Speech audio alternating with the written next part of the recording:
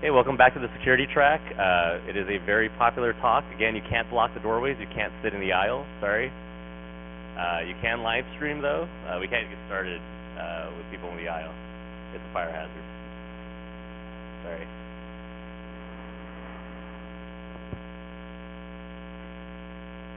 This is Essential Linux Security. The speaker is Justin Mayer. Let's begin. Well, let me begin by saying I am truly honored to have so many people fill the room. When I spoke at Scale last year, had a similar experience where people were standing in the hallways and crowding the doors. And anyway, I'm overwhelmed. So thank you all for coming. I'll tell you a little bit about me. My name is Justin Mayer. I design and build web and mobile products. I, like perhaps some of you, have found that an increasingly obscene amount of my time is spent dealing with security-related topics. If you've ever heard of the accidental tourist, I find myself being the accidental security expert, and expert in, sort of air quotes, because it's just something that I and I imagine a lot of you have had to deal with in recent years in particular.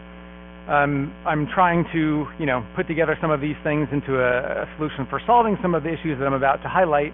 It's called Monitorial. It is still in its early stage. It's not launched, but you can check it out and put in your email address if you want to be notified when it is ready. So the first thing that I want to say about security is that one size does not fit all. Your mileage may vary, is going to vary. And what I'm trying to focus on here is on low-hanging fruit. The sort of the easy wins. It is not a panacea. It is not a comprehensive, this is what you must do in order to be secure, and then you can just cross off all the items in your checklist and you're done. You can go home. That's not what I'm doing here. I'm just trying to focus on what's worked for me, some of the things that I've learned, and some low-hanging fruit that you can implement if you haven't already. So, to that end, figure out what works best for you. There's someone that was sitting here a moment ago who I think graciously gave up his seat, named Jeff, that I met at lunch, and I was saying, he was telling me how he's has all of these certifications and deals with governments and security clearance, and I said, I'm just a guy in a dream, and trying to build some products, and he said, no, if you're spending your time working on security, you're a security professional, I think he was right. So if you find yourself in a similar situation, feel free to sort of put yourself in that same category.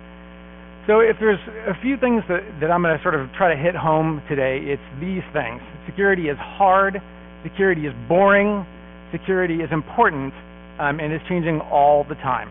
And it is boring, and so there's going to be parts where I'm showing like some random, configuration file snippet, and I'm probably going to blow through that. Not because it's not important, but A, because it's boring. It's boring for you, it's boring for me, and there's other things that I want to talk about that I'm a little bit more passionate about anyway, and I want to focus on those things. The slides will be available, so if I just breeze through and say like, yeah, config file stuff, then don't worry about it. You'll be able to review in detail. Don't feel like you need to catch it before it goes off the screen. So, I really enjoyed Corey's talk. If you happen to catch his keynote, he talked about some of his focus was on DRM, but there's also a little bit of a security component to what he's talking about. And we'll come back to that because it ties into a lot of the things that I want to mention. So recent years, as you can imagine, haven't been very good for security. And if this seems familiar to anyone who saw my lightning talk last year, it's for a reason. I'm choosing some of the same themes, at least for the first few minutes. We had Heartbleed, we had Bash Bug or Shellshock, POODLE, Ghost, Freak, and a bunch of other things that don't have marketing budgets apparently, and like little cute websites and code names and little cartoon character mascots. I'm not really. We seem to have stopped doing that. I mean, I'm glad. But now they get boring CVE, blah blah blah titles. So why are all these things happening, and why are they making news? I think the reason why they're happening, ties into conversations that I've had with folks that are not in the software business, or that don't spend a lot of time, working at least on the insides of computers. And that when they think of computing, they kind of think of it like this, like it's a clean room, right? Like this is their vision of what it's like for people who deal with software. But this is I think in my mind what's in their mind. But the reality is a lot more like this. It is a Rube Goldberg machine. It is layer after layer of decades of cruft, written by very well-intentioned people and often doing really good work, but it's just stacked up over the years, and it's written by thousands of people, and they were always talking to one another when they did it, and so we end up with this reality of we've got layers of stuff, and there's bugs, and those bugs can be exploitable, and that's how we get a lot of these issues. And the reason why that's bad is, my focus in a lot of the things that you'll see here are somewhat related to servers, because I spend most of my time dealing with servers.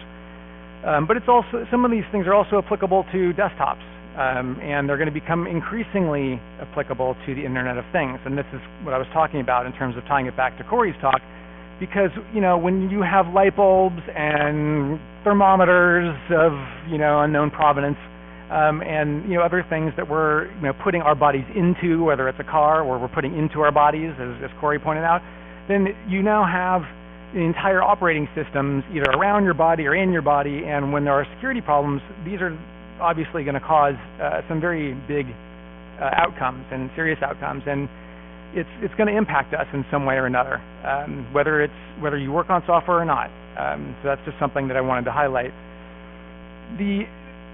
When people who are not computer people who work in our business or in the business of software, when they're asked what's the most important thing you can do to protect yourself, the number one thing that they say, and again this comes courtesy of Jeff, whoever you might be, is antivirus.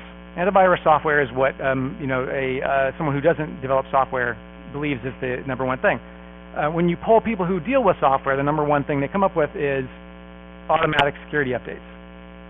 And there's a reason for that. They are the first line of defense. The problem with them is that they're not always unattended.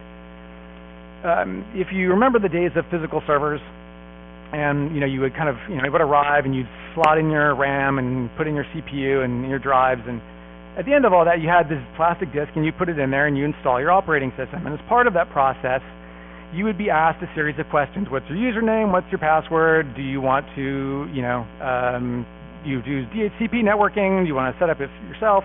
All of these different questions, and one of those questions inevitably, at least in the last decade, was, do you want to enable automatic security updates?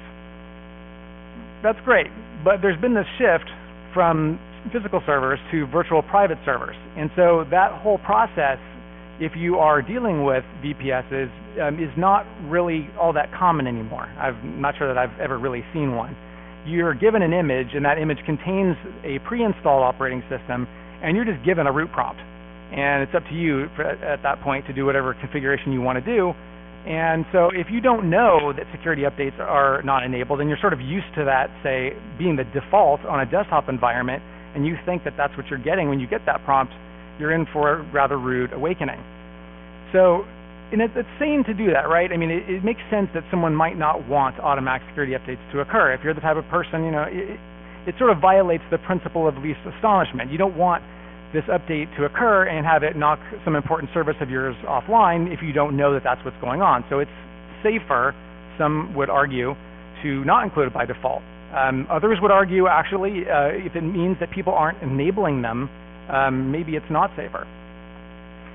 So, the mechanism that, if you were to, if someone were to ask, so, Justin, how do you install automatic security updates? Well, the answer is by editing a text file with super user privileges and entering in arcane, config file voodoo, right? Because if you're not doing that, you're not doing any real work. But that's how it seems to work, when we do these things. And if I seem sassy about it, it's because I think that this should be easier. You shouldn't have to do that.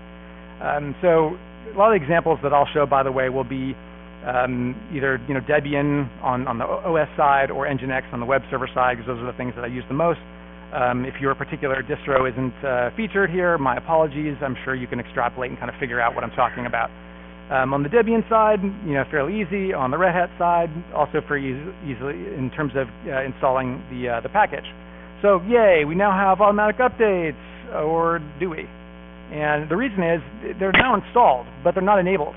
So you think that you've got it all covered, you installed it, right? I installed the automatic updates, but they're not actually there. so, well, how do you enable it? By putting more arcane voodoo, into another text file, naturally. So you go to a different text file and you put a 1 here and you put a 1 there, and now you actually have enabled automatic updates. And again, this is on the Debian side. On Red Hat, it's a little bit more involved. You put this stuff in a text file, and then you have to actually turn on the process, that actually checks and makes sure as it pulls in the packages. So you have it enabled, you figure, oh, good to go. There is one problem, and that's reboots. If you have a security update that relates to the kernel, you have to reboot the machine in order for that kernel level security patch to take effect. And, well, how do you know when you need to do that? Well, for most of us, you know that when you log into the server and the little message of the day thing says server reboot required. Okay, well, how often are we logging in? Sometimes it's every day, sometimes it's once a week, sometimes months go by before we log into a system. And that's months that, potentially your system is sitting there waiting dutifully for it to be rebooted, but it's still vulnerable until that is done. So there's a couple solutions to this. One is email notifications. There's an option, at least on the apps side of the equation, where you can configure it to send you an email message when your server needs to be rebooted. That's great. Hopefully it doesn't end up in your spam filter and leave you in the same situation as not knowing at all. The other solution is automatic reboots. And that's one that sounds good in theory, but if you're running something that you feel like high availability is a big thing, you may not want your server just spontaneously rebooting itself once it determines that it needs to do that. We've all been there where we've rebooted something and it didn't come up cleanly. The OS probably did, but the thing that's powering your application may not have. So automatic reboots makes me a little nervous, and I think that there's other folks that might make nervous as well. Well, there's a good solution to that, and that's live kernel patching. Early last year, a patch landed in the Linux trunk that allows you to do live kernel patching. You can patch the vulnerability without having to reboot your server. That's great. Only 2 caveats there. One, it's not actually here yet, at least in like a shipping long-term release. So it's in there, and it'll eventually make it, to an OS that you have installed somewhere. But to my knowledge, anyway, I haven't actually seen it available for use. And the other thing is, even when it does arrive, it's probably not going to be enabled by default, and that's partly by design. Kind of going back to this, astonishment of whatever. You get the idea. It's this idea that we shouldn't do that unless you know it's going to do that. So in order for you to do that, you should do that yourself. So keep that in mind. Secure Shell is how we log into a lot of our servers. And the thing about Secure Shell is that it could be more secure than it comes out of the box. This is a very topical thing, but just a week or 2 ago, there was a couple new vulnerabilities. If you haven't actually checked to see that there are packages available that update your OpenSSH, now would be a good time to go and make sure that that was done, particularly if you don't have automatic security updates installed. But if for some reason you're using a distro that doesn't have a package available, then this is how you get around it, by putting this arcane thing into your SSH config file. And when I was kind of going through some of doing some research on this topic and trying to round out my knowledge a little bit, I saw this quote that someone said, "This stuff is complicated and badly documented and doesn't really work right." And that's not a rip on the people that work on OpenSSH. They do a great job. I think it just underlines how hard this stuff is and how it doesn't often behave the way you expect it will. So this is the beginning of what it's going to be a lot of screens with like a bunch of text on them. So again, I'm going to go through these pretty fast, just in the interest of not making it boring for everyone. But the basics here are, we don't want password authentication. We don't want someone to be able to brute force and just try passwords over and again. Password 123, okay, and going through and trying to get all of these different passwords in. So you don't want someone brute forcing your stuff. If you're using public key authentication anyway, then there's no reason to have that there. And so that's why you see public key authentication is on and password authentication is not. And I've specifically chosen, again, for my systems, this set of host key algorithms, key exchange algorithms, cipher suite, and message address codes. And the reason I've chose these is that, based on the research that I've done, they appear to be the most secure, this particular elliptical curve algorithm. Now, that's fine for, this is, again, I should highlight, this is my client-side configuration. This is what I'm configuring on this machine right here, not on the server side. And so the problem that you'll have if you were to set it up just like this is that when you go to log into certain sites, you're going to find that you can't because it's disallowing you, because we've explicitly said only do this stuff, and the server you're connecting to doesn't support that stuff because it's old and has an older version of OpenSSH. It doesn't support this particular set of algorithms. So now this is my user level, still on the client side, and I've added something called identities only. And identities only essentially says, if I haven't specified an identity file for a particular host, then too bad, because I'm going to specify an identity file for each host, and you should use that one and not grab some other identity that you see on my system. And then I'm using, again, the secure algorithm that I prefer. And then here I get to fall back. I have sort of a strict policy to begin with, but I fall back to a lesser, slightly, and again, lesser is, it's all relative, but slightly less secure default for things like Bitbucket, GitHub, Linodes. If you've ever logged into their Lish control panel, also doesn't support. If they have older versions of OpenSSH, and sometimes you need to back it down to 4096-bit RSA in order to get into those. On the server side of things, yes? Sure. What is the content of the identity file? That's my public key. Yes. So you would normally see that. It would say ID underscore RSA or ID underscore DSA. But yeah, that's my public key. Or I should say it's my key pair would be a more correct answer. So on the server side of things, I'm doing something a little bit similar, basically saying if the client side is not using this algorithm that I prefer, then don't allow it in. And then I've commented out if you need it, if for some reason you have people that say my distro or my operating system, up until a little while ago, Mac OS X did not, literally until last fall, did not have support for this algorithm, and this was not even possible if you were using a Mac as your client. So if you have people that are in situations like that, you can say, okay, well, we're going to relax that a little bit and allow RSA. Don't permit root logins. So SSS configuration is a bit of a mess, and it's complicated, and these are some good resources that I found very helpful in terms of getting a better sense on how it works. You should check them out, and you will probably learn something. So, again, the cryptographic landscape is constantly changing. One of the reasons why I did this whole review of our own OpenSSH situation was I realized that there were keys that were 24-bit DSA keys that were logging into systems, and that was fine, 5 years ago. It's not fine in 2016.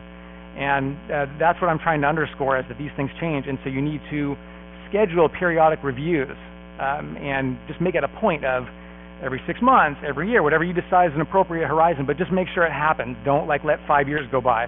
And if you can, rotate your keys. Use optimally, different key pairs for different things that you connect to, and periodically rotate them so that it gives you this opportunity to say, oh, well, maybe I should up it from 2048 to 4096 bits. With this notion of people who are constantly trying to brute force into things that you may control, you can automatically ban some of those folks from repeating to try to get in. Fail to ban is a common tool for doing that. You can scan log files for malicious signs with this tool. It will, by default, automatically update your firewall to reject bad actor IP addresses. That's just its default behavior. You can change it to do any number of things. Send you email notifications, any arbitrary action that you want. This is just an example configuration where we're saying we're whitelisting our own internal IPs and saying these are kosher. If you get authentication failures from us, please don't lock us out. We kind of need to get into our own systems. You can set how long people are banned for, how many times they're allowed to retry. Set ports, set how long they're banned for other different kinds of things. And this is not just for SSH. It's for It's for any arbitrary thing that can read a log file. You can use it for Apache. You can use it for Nginx. You can use it for FTP. Please don't use FTP. You can really use it for anything that you have a log file for. Another thing that you can do is rootkit detection. And what this does, and this is RK-Hunter is just an example of that, but this scans for rootkits, backdoors, other known exploits. It compares the hashes of important files on your system with known good files. And so this is an important thing to do just to make sure that someone hasn't installed something nasty, and it alerts you to that fact. Installation is pretty easy, and it has some decent defaults. I usually add a couple of things. This has apt inform RK-Hunter of new packages when they're available. And sometimes after installation, you'll get these, if you have email notifications enabled, you'll get these messages that say, you have this hidden file and something malicious could be going on. And you're like, okay, yeah, that's just my get-ignore file. I decided to version my etc directory, and that's totally cool. You don't need to let me know every time. And so this is a good way of telling RK-Hunter, yeah, these items are fine. I know that they're there. I put them there. You don't need to tell me that they're there. File system encryption is another tool that we've utilized, and it may seem obvious to some people, but perhaps not to others. Like why? Like why encrypt the file system? An important reason to do that is if someone steals my notebook and the internal disk isn't encrypted, there is the potential for someone to extract information that's on this computer. They can extract, login keys and photographs and all kinds of bank records, whatever it is I have stored on here. And so that's applicable to anyone with a desktop. It's applicable to folks who run servers as well, because at that point it's not just your own data. It's now the data of the people that have entrusted you with their data. And so, if someone's in a data center that for whatever reason is not securely, doesn't have good physical security, and someone just walks off with a drive that they've yanked out of a server, you don't want someone to be able to attempt to extract information off of it, including but certainly not limited to password hashes, which, depending on hashing algorithms and salts and whatnot, the passwords could be exfiltrated from those drives. So the pros should seem pretty clear at this point. The cons mainly are just any extra cumbersome steps that it adds in the way. For the most part, on desktops and even on servers, there's opportunities to just do one click, check a box, and you just get it encrypted, which makes things easier. Depending on your use case, performance can sometimes be a problem, and we'll talk a little bit about that. And again, I'm going to zip through this. There are two major kinds of file system encryption. There's block device level and stacked file system level. With block devices, you're encrypting the entire disk or partition versus encrypting just a directory in an existing file system. And popular examples of this you may have heard of would be Lux or EncFS. I probably butchered the pronunciation of that. I've never heard someone speak it. No idea how it's actually pronounced. Block device encryption occurs in kernel space as opposed to user space. It encrypts the entire block device, operates below the file system layer, and the target can be the file system, a partition table, or any LVM structure. With file system encryption, this occurs in user space via fuse, encrypts files, directories, and it does this by adding a layer to an existing file system. And the pros of something that occurs at the file system is that it is simpler. It's generally just checking a box. It's the least intrusive. You don't need to be root. It's something that an unprivileged user can do. And password entry can occur during or after login. And some of the cons of this are, there are fewer directories on the system that are being encrypted. There's whole, log directories, var directories, all kinds of things that could have sensitive information in it that are not potentially being encrypted. The file metadata is also visible, so the number of files in a directory and other things about the directory structure can be extrapolated. You can encrypt swap, and again, I already mentioned performance. With whole block encryption, the entire disk is encrypted. That includes the metadata. You can encrypt swap. and you have better performance for some use cases. The disadvantage is it's harder to set up, and password entry has to occur at boot time. And to kind of give you a little anecdote about this, one of the things that I was working on, we were working with Linode, who's a sponsor, and so you should definitely check out Linode. A little plug for Linode. So one of the things that we were doing is we were trying to ensure that we had some type of disk encryption. And some research indicated that doing a fuse-based encryption would lead to poor performance when using this with Postgres, because a part of what we were trying to do was put the Postgres data files on the encrypted area, and that this would not be good with a fuse setup, and so we wanted to try a block level encryption method instead. And this becomes more challenging because when it's file system, you can just let the system boot normally, and you can then just type in a command and you can mount your encrypted directory paths, and you're all good to go.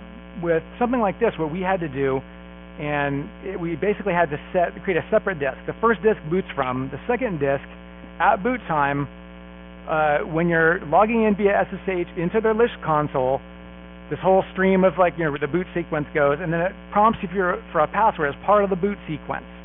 And then you put in your password, and then the boot sequence completes, and then you actually get to your prompt, including your mounted encrypted disk, which you can put anything you want on it. There's stuff on the OS volume, and you're like, well, doesn't this defeat the purpose? I haven't actually encrypted everything. I've encrypted one disk, but the original disk isn't. Well, you can just symlink a bunch of things if you want, and say, okay, well, that one goes over, and that one goes over, and you can move them over to the encrypted volume. But we found this much easier than trying to encrypt everything top to bottom.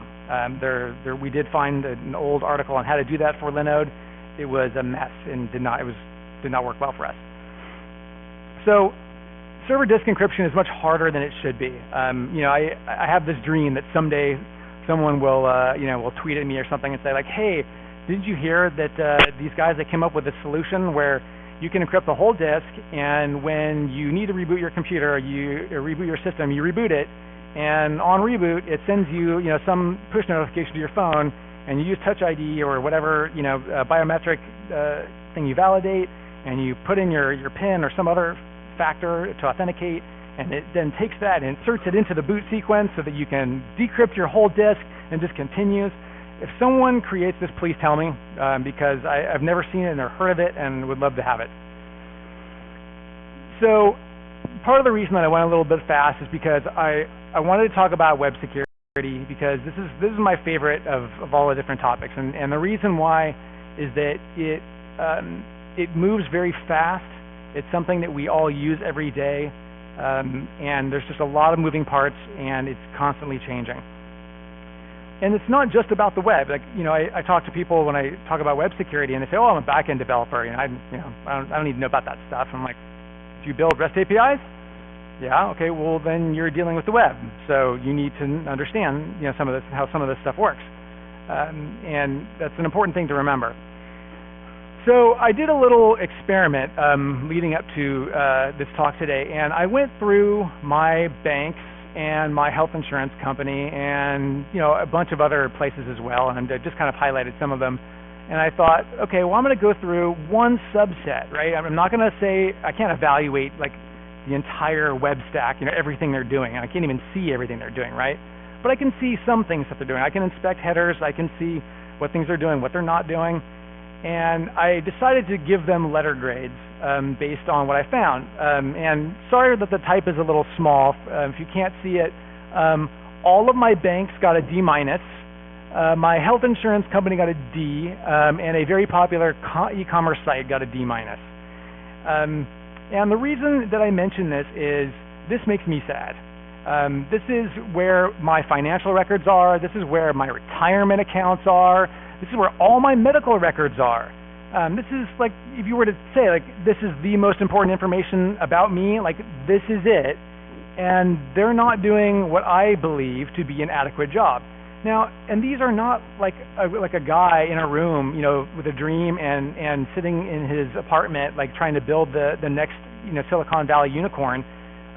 These are Fortune 100, Fortune 50 companies that have not a security, guy. They have entire security departments.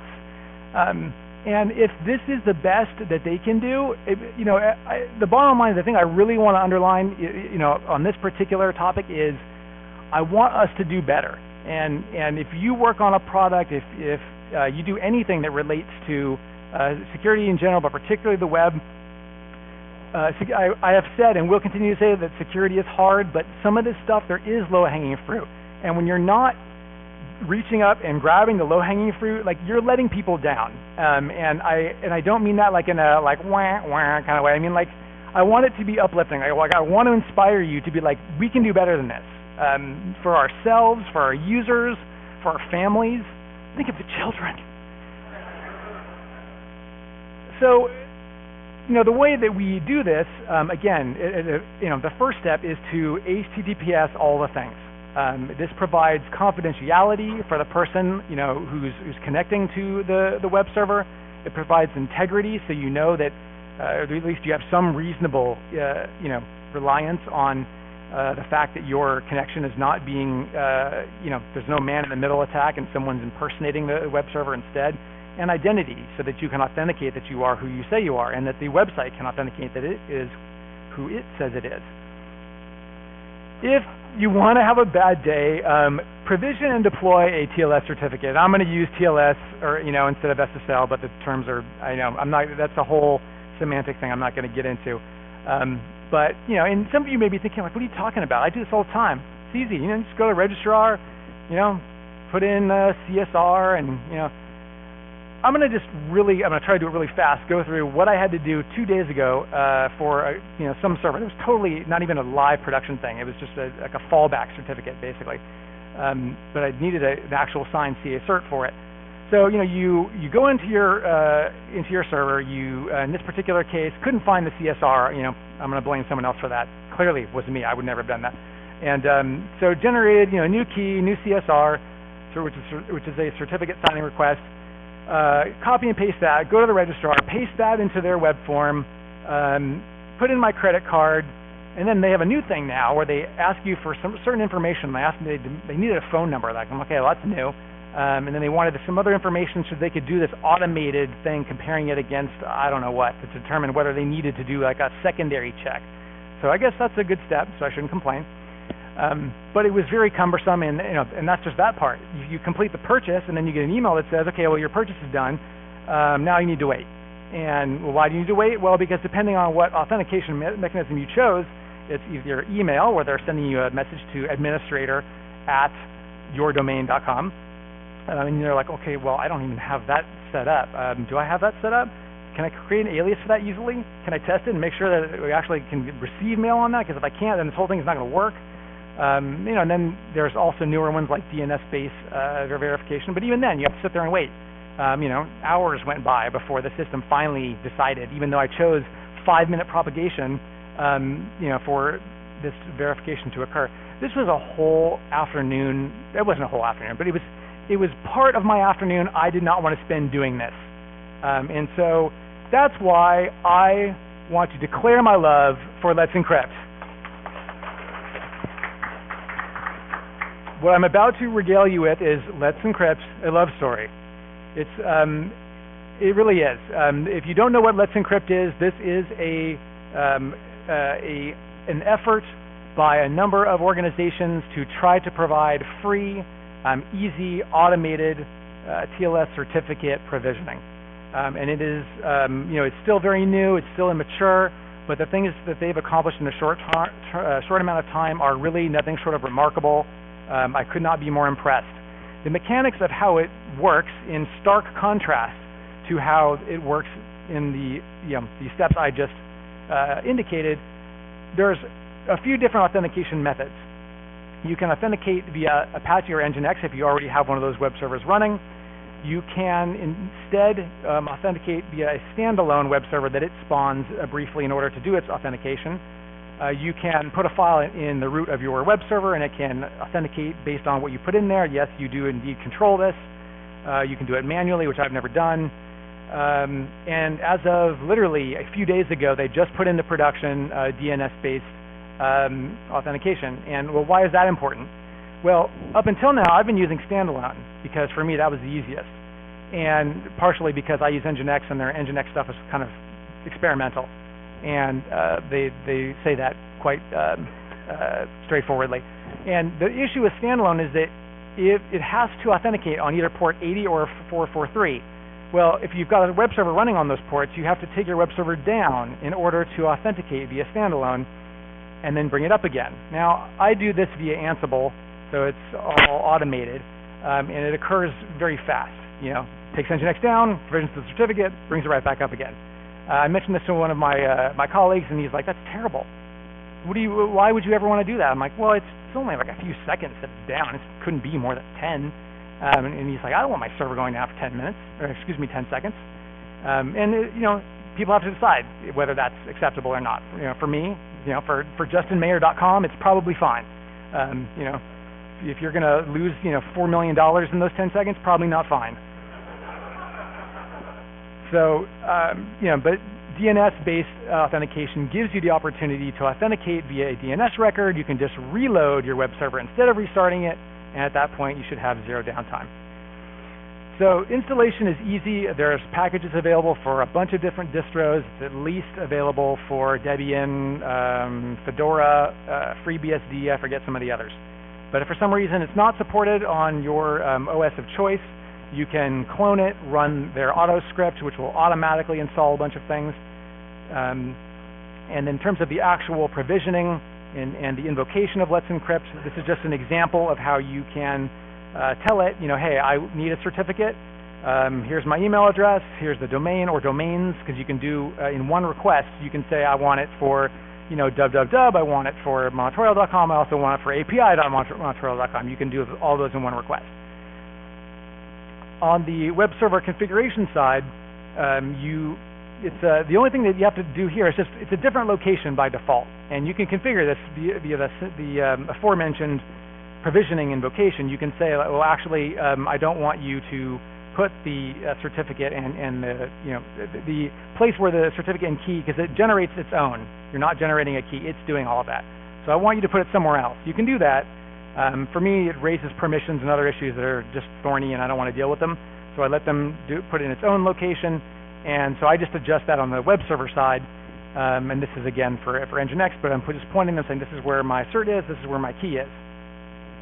The magic of open source is that in the span of just a few short months, not only do you have the official Let's Encrypt client, but you have Acme Tiny, Simple, Lego, which is a single Go binary that implements the same protocol.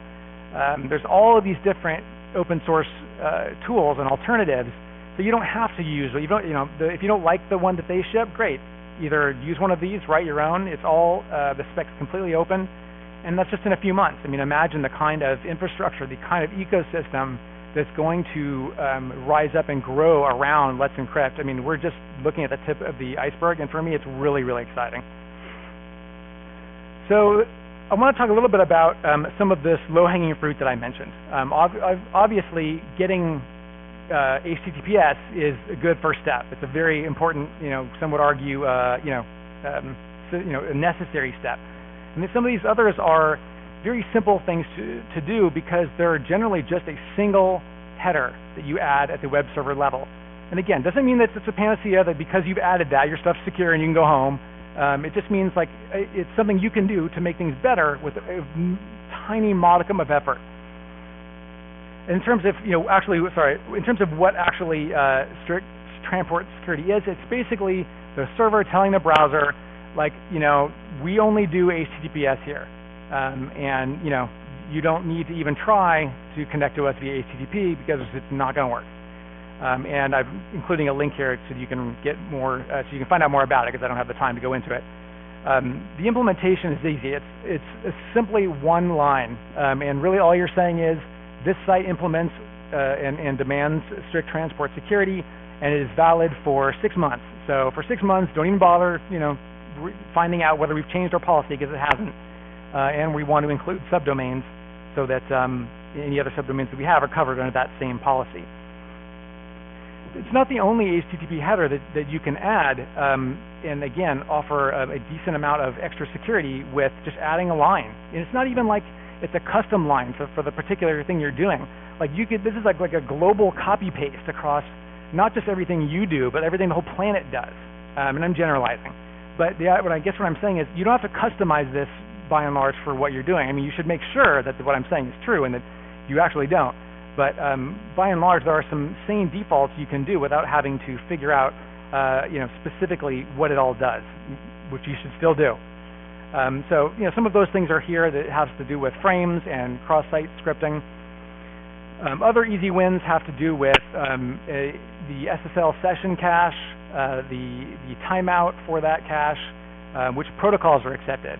That's kind of an important one because there are things like SSL v3 and earlier that have been deemed to be insecure, and really you don't need them unless you have like super old clients. Like it's critical that your 2009 Android phone be able to connect to your web server, then that's probably not going to fly.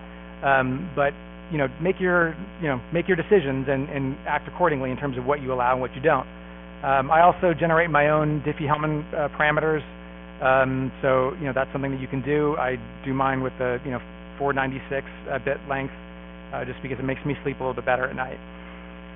So I don't know if you ever heard of terms like OCSP, OCSP stapling, and CSP.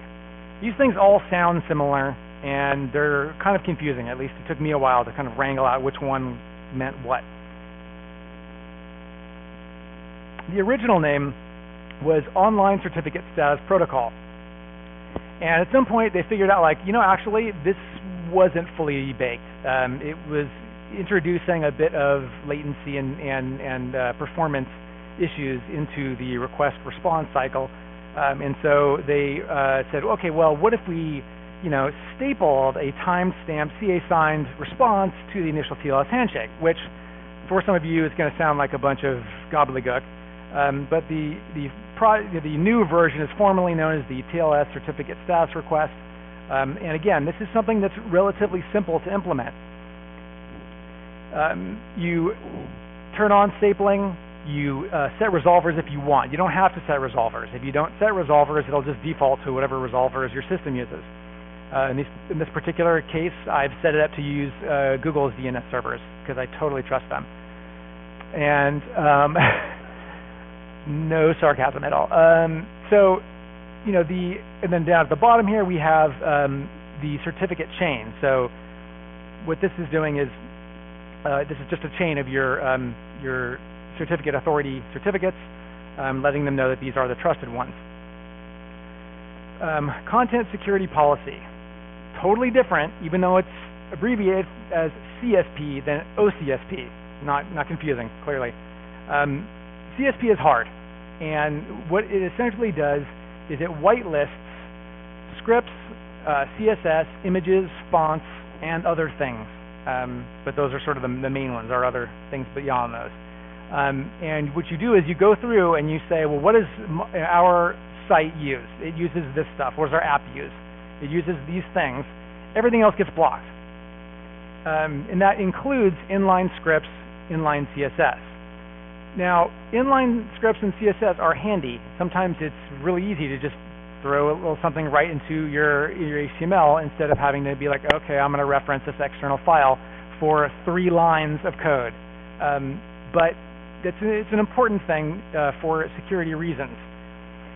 And when I was talking to a colleague about this, he said, I think for a site of any complexity at all, you need to build for CSP from the very beginning. And the reason that he said that is because it was a lot of work. We're looking at all of the stuff that on our site you think you have. Like, oh yeah, we're only pulling in, this analytics JavaScript, and we've got this CSS file, and we're fine. And then you enable a CSP and your site doesn't load because there's something that you missed. And you look in the console log and you can see all these things that you didn't get. And there's a report only option, by the way. So you don't have to do it that way, and you probably shouldn't do it that way if you have downtime or like sites that are all garbled or something that you're trying to avoid. But it is something that if you can, when you're building a new product, try to build it in from the beginning. I mean, think of it as like a if you ever use a compiler, it's doing some type of checking, and compilation failed because of some syntax error. Well, it's kind of what CSP is like if you're building your site with it from scratch. Because if you just enable it from day one before it's live, like every time you go to visit your site, like, why isn't it loading? Console log. Oh, because I forgot to whitelist it. And if you do that, you don't have to go back and do this big audit, and it'll make your life a lot easier. So this is an example configuration that I used for justinmayer.com because I wanted to like not throw an entire screen of stuff like I would have had to have done for some other sites I've done this for. And this one was easy. It basically says anything that comes from justinmayer.com is fine. That's what the self keyword refers to. In addition to that, I'm allowing and I'm whitelisting scripts that come from Cloudflare. I'm whitelisting Gauges, which is an analytics site. And I'm also whitelisting one image that I have in my header on my site. So this is how you can just get a general feel for how you dictate what things go on your whitelist. This is not easy stuff. Inline scripts and CSS are everywhere. Like you think you have it all, and then you find out that you don't. And then you're like, did I do a global search and replace or a global search for just an empty, not an empty, but like a closed script tag? No, I didn't do that. And that's probably why I didn't catch everything. Moving everything to external files at best is laborious. At worst, it's not possible because of some framework you're using that like automatically inlines stuff, like on the fly, where you can't actually get in there and extract it and move it to its own file. Typekit, if you've ever used Adobe's font as a service project, is an example of this. And they basically say it right on their site, like if you're using Typekit, you should probably not use content security protection. Then they go on to say like, but if you really, really want to, here's how you could try to do it. It's not very confidence inspiring. And so at that point you may find yourself in a position of like, okay, well I guess I have to choose. I'm either going to use Typekit or I'm going to secure my stuff. So that's something to keep in mind. And you can choose to kind of go report only for a while until you feel like you've just made that decision for yourself. And then if you're really like, well, I want the little check mark, I don't want this sort of like X on, insert name of security tool that checks your site for, possible things you could improve. I really want that little green A+ or whatever it is. You can say like, all right, well, unsafe inline. I'm punting on the whole notion of, yeah, I know inline isn't really safe, and I would prefer to move it to an external file, but I'm either lazy or it's just too hard, or it's just impossible, or for whatever reason. You can use unsafe inline to basically say like, okay, this stuff's fine. But the problem is that it's a very blunt instrument. It's all or nothing. You can't say this particular thing, right, Typekit, I'm only allowing Typekit to inline, but no one else gets to do that. Unfortunately, CSP doesn't allow you to do that as part of its spec. It's a limitation and something that I'm hoping that they address at some point in a future iteration. Again, this stuff is hard. Scott Helm has written a number of awesome articles. Read everything he writes. He writes about all kinds of things, most of which I've touched on today, but he writes about it in excruciating, excellent detail. So by all means, take a look at what he does. The last thing that I'm going to talk about with regards to the web security side of things is HTTP public key pinning. And this protects against a breach at the certificate authority level. So if, and this is not like a, pie in the sky theoretical thing.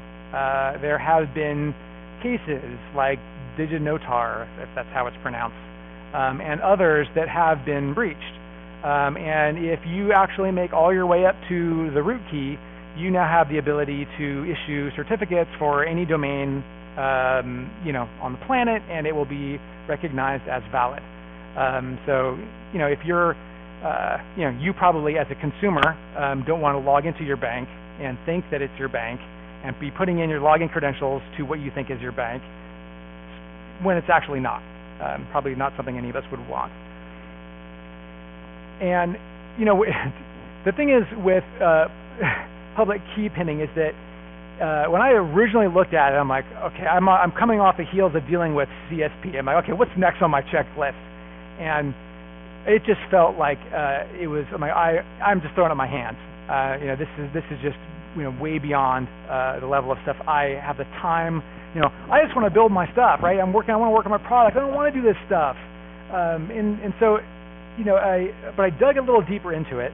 And before I get into that, the reason why it's sort of so overwhelming is that you have to create backups of either keys or preferably CSRs. It's a little easier. But you have to create backup CSRs in case your main stuff is compromised. And when the whole notion of like, okay, wait, I have to do what? I have to back up this stuff somewhere and then like keep it, and then if it gets compromised, I have to, it just seems like a lot. Upon further review, not that big a deal. This kind of makes it seem like it's a big deal because it's a big wall of text.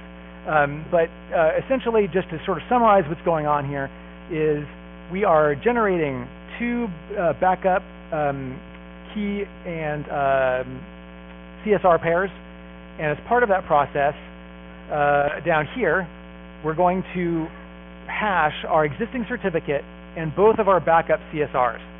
And this process is going to spit out 3 hashes. And we're going to turn around, and on the web server configuration, we're going to take those 3 hashes and add them to this header. So yes, it's a single header, much like others, except this one is not just like a copy-paste, right? Like the other ones are just sort of like defaults, like we make your stuff more secure. You don't actually have to configure what goes in there. This is not that.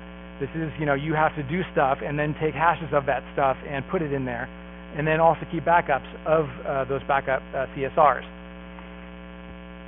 So it is a little bit easier than I thought.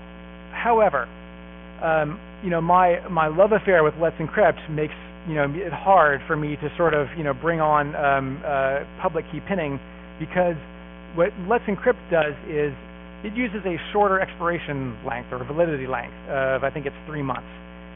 They may extend it at some point, but they want to encourage you to rotate, particularly in the beginning.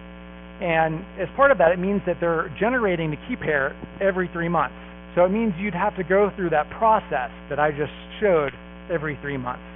And that just makes my head spin. That's not something that I really want to sign on to. Now, it's possible that you can automate that, and that would make things easier. But as far as I know, I haven't seen anything that does that today. So, public key pinning is complicated. It doesn't really work all that well with Let's Encrypt. So just keep that, on your radar as something to potentially do, because it does offer a really significant increase in your security. But more than anything else, understand it before you deploy it. You should do that with all things, but particularly with this one. So security is hard, once again, and I hate to be repetitive. And more than anything else, it's boring. It's not something that I want to spend my time doing. I really do just want to focus on building my product, building whatever it is that I'm working on. But it's super important for the reasons that I've mentioned. It's something that touches all of our lives and is increasingly going to be embedded into every single thing that we do. Shoes. Just all silly stuff. It's going to be everywhere. And so every little thing that we can do to sort of help build this process of constantly, reviewing our policies, reviewing the state of our security, the more that we can do that, the better. It's because it is constantly changing. The thing you did a year ago, that's great. It's probably time to make a couple of tweaks here and there. It's unlikely that you're ever going to be able to just check off everything on the list and never come back to it. So, Monitorial is my sort of humble attempt at addressing some of these things. Feel free to take a look. There's not a lot of information up there at the moment. But by all means, take a look and put in your email address if you want to be notified when there is something more to see. Again, I am deeply honored that you came to listen to me talk about stuff that ultimately is super boring for an entire hour. Thanks very much for coming. Thanks for listening.